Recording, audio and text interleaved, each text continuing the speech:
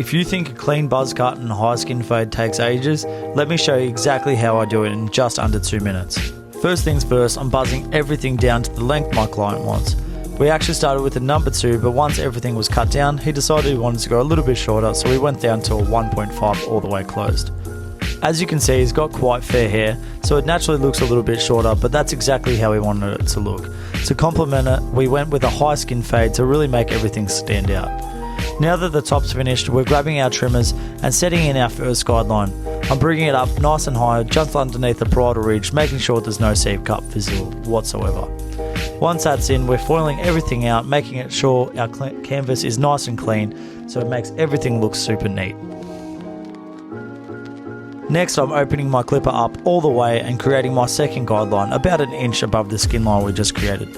Because we've got a nice big canvas, we can really stretch the fade out and make sure everything's nice and crispy.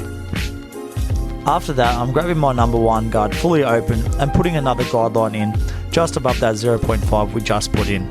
Then I'll close my number 1 and just remove that line completely. Every single guideline we put in, we always go in open first and then we close it to remove any weight in between our guidelines. Now it's time to put the 0.5 guard on. I'll work it open and closed, using the corners of the blade to soften everything up in between the number 1 guard. Finally, I'll close the clipper completely and carefully remove the bottom guideline left by the trimmers. Spend a little bit of time here just adjusting the angles and using the corner of the blade as much as possible to make sure everything flows together very nice. And just like that, the fade is finished, nice, simple and clean. With a little bit of work, your fade can look exactly like this as well. Now we're moving on to the lineup. The goal here is to keep everything as natural as possible. My client has quite a pointy front hairline, so I'm making sure not to push it back too far, otherwise it will be really obvious as it grows out. Once the lineup is complete, we'll finish by applying a little bit of enhancements just to make everything pop as usual.